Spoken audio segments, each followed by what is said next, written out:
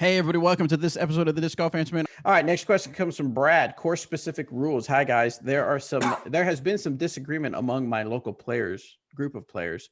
Shout out to the CKMDGA, the Sycamajigga. My home course has sand bunkers on a number of the holes. Pardon me? I figured he would spell it out for me what CKMDGA stands for, so I'm just going to put it together for him. The chicken coop. It's off to a good start. That's not how you spell chicken coop, Bobby. It is wherever they're from, so you know. All right. I have no idea. Look, they can call their club whatever they want to call it. Okay. Anyway, back to the question. My home course has sand bunkers on a number of the holes. The rules specifically state that if you land in the bunker, you must throw the disc with your thumb on the underside of the disc. So upside down. Well, is this type of rule legitimate? I've heard of sand trap hazards where you either take a stroke penalty and throw it from where it lies or just treat the hazard as OB. Is a thumb on the underside of the disc throw a valid way to add difficulty to a course? If the rule isn't valid, how should the bunkers be played? Some in our group have been just doing normal throws from the bunkers with no penalty stroke. I feel like this violates the spirit of the bunkers as they were clearly put in place to make the course more difficult. Is it okay for individuals or group to choose to ignore the rule? If we don't all play the same way, our scores aren't comparable. Please help us settle our dispute. I mean, if it's like casual rounds, then that's whatever that's the rule is. That's whatever the rules of that round is. Yeah, that's 100% just a house rules thing for your club. So at a sanctioned event, that's never going to fly. No.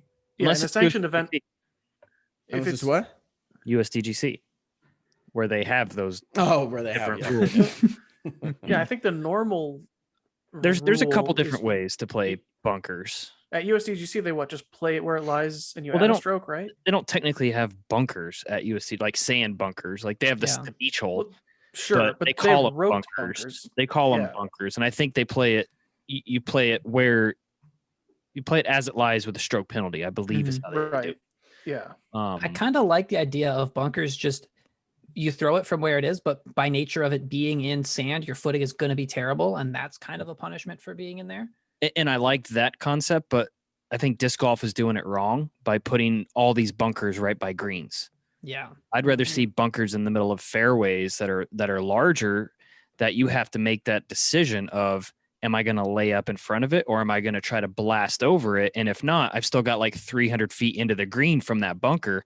So your footing is going to be awkward in that regard. I think I'd rather see it that way with no stroke. You're just going to have awkward footing, from specific distances into the green, not just right by, like Las Vegas comes to mind as a course that comes to mind with a lot of bunkers on it. And in Emporia, how we play bunkers is it's just out of bounds. We just paint an OB line around it and it's just normal OB. I know places like Vegas, they have a lot of baskets that are kind of on a little bit of a mound. And if you miss the putt, there's a good chance you're rolling into a bunker, which is, I believe they've played it both ways, but I think that they play it like they did at USDGC where it's a stroke penalty, but you play from where it lies. I would rather see it no stroke, but more fairway bunkers as opposed to around the greens.